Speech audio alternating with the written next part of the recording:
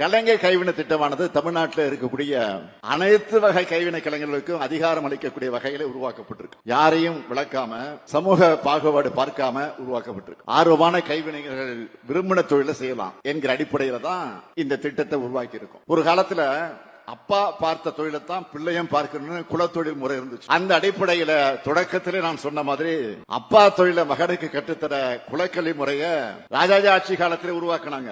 அப்போ இதுக்கு எதிராக தந்தை பெரியாரும் பேரறிஞர் அண்ணாவும் போராடுறாங்க. பெருந்தலைவர் காமராஜர் அவர்கள் தான் அந்த முறையை திரும்ப பெற்றார். இத்தனை ஆண்டுகளாகியும் சிலரோட மனசுல இருந்து அந்த பழமைவாதம் இன்னும் போகல என்பதன் அடையாளம் தான் விஸ்வகர்மா திட்டம். அதை எதிர்த்து நம்ம திராவிட மாடல் அரசு சமூக நீதி திட்டமா கலைஞர் கைவினை திட்டத்தை உருவாக்கி இருக்கு. இதுதான் காலத்துடைய வெற்றி, இதுதான் திராவிட இயக்கத்துடைய வெற்றி. போராடும் இடத்துல இருந்து நம்ம மாற்று திட்டத்தை உருவாக்குற வளர்ச்சியை அடைஞ்சிருக்கிறோம். இது ஒரு கட்சியின் ஆட்சி அல்ல, ஒரு கொள்கையின் ஆட்சி. நான் தொடர்ந்து சொல்லிட்டு வரேன். அந்த அடிப்படை தான் இது போன்ற திட்டங்களை தீட்டுறோம். தமிழ்நாடு இன்றைக்கு மாபெரும் வளர்ச்சியை பெற்றிருக்குன்னு சொன்னா பெரு நிறுவனங்களால மட்டுமே இந்த வளர்ச்சி வந்துடல, சிறு குறு நடத்துற நிறுவனங்களால தான் இந்த வளர்ச்சியை நாம சாத்தியமாக்கி இருக்கிறோம். இந்த துறைக்கு பொறுப்பேற்றிருக்கக்கூடிய நம்முடைய அருமை சகோதரர் மாண்புமிகு தாம அன்பரசன் அவர்கள் இந்த துறையை சிறப்பா வளர்த்தெடுத்து கொண்டு வருகிறார். கடந்த 10 ஆண்டுகள்ல இல்லாத அளவுக்கு MSME நிறுவனங்களை அவர் வளர்த்தெடுத்திருக்கிறார். அவை பெருந்தொழிலுக்கு துணையாக இருந்து நாட்டின்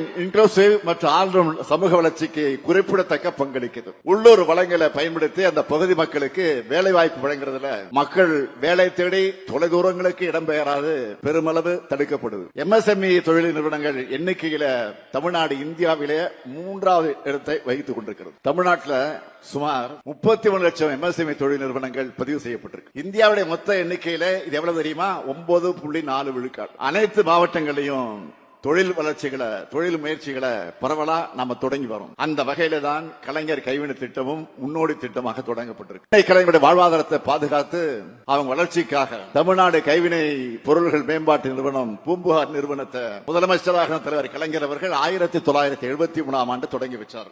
2025 அவர் பேர்ல கலைஞர் கைவினை திட்டத்தை உங்களின் ஒருவனாக இருக்கக்கூடிய நான் இன்றைக்கு தொடங்கி வைக்கிறேன்.